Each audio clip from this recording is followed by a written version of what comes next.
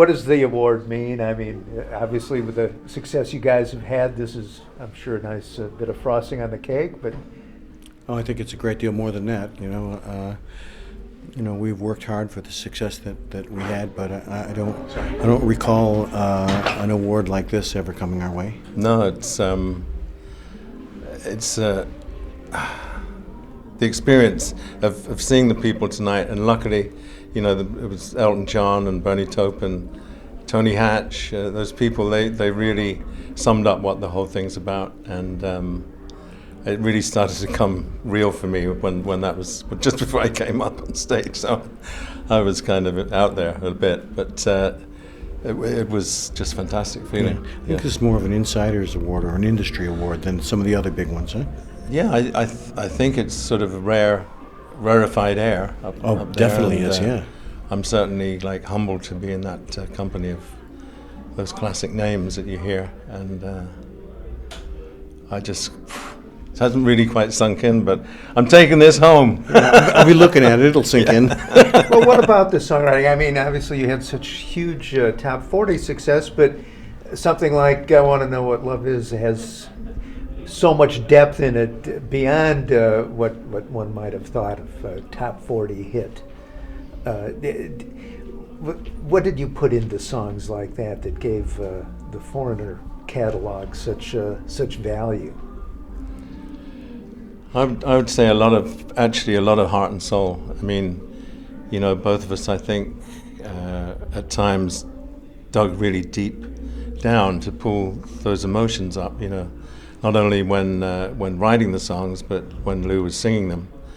And sometimes those places you haven't visited for a few years, and it's a very emotional experience. But I think it's wonderful that song took on the universal feeling it did. And when you look out at night and see the crowds and see people smiling, laughing, crying, embracing, kissing, it's just like, wow, did we do that? Exactly. Did we cause that? And it just leaves a very good, it's a very good feeling. I know when it came out, it turned my head around, from thinking of the earlier hits that you'd had. It seemed like such a dramatic departure, not only in the substance of the lyric, but obviously in terms of the production itself. I think it transcends being a love song. Yeah. Well, it certainly did. Was the production yours as well, and at least bringing the elements of the choir? Did you see that when you wrote the song?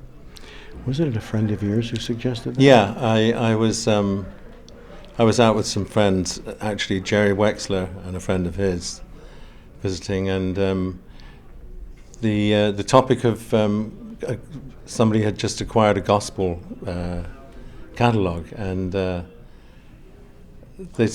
we were talking about it, and I started to think about it, and I started to think, wow, would that work? Maybe a gospel choir on this song. Did it ever work?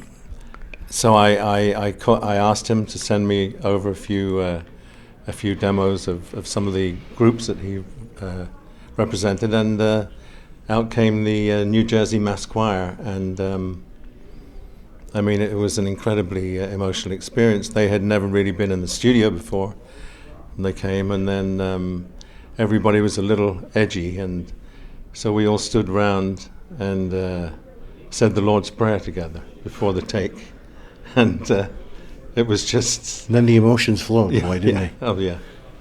It was... so something was in that room when we did that. It sure came out in the recording.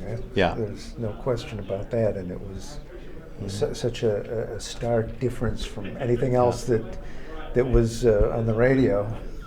It was. It's interesting because slow songs in rock tend to be labeled as power ballads, and the interesting thing about I Want to Know What Love Is, I think, is that it has an awesome power in it, but it's very understated the way it's presented, and very simple and very direct, and I think that's what got through to people. Similar to I've Been Waiting for a Girl Like You, that had the same, without the the chorus, but the same kind of feel to it. I always thought. Well, you know, we from the word go, when we met, we were just sort of we didn't realize how kindred we were in our tastes and our musical tastes and our backgrounds, you know, and so it was fun to gradually, you know, experience the writing together of our different influences, and you know, Lou being American, me being English, kind of a transatlantic meeting, and you know, a lot of good things.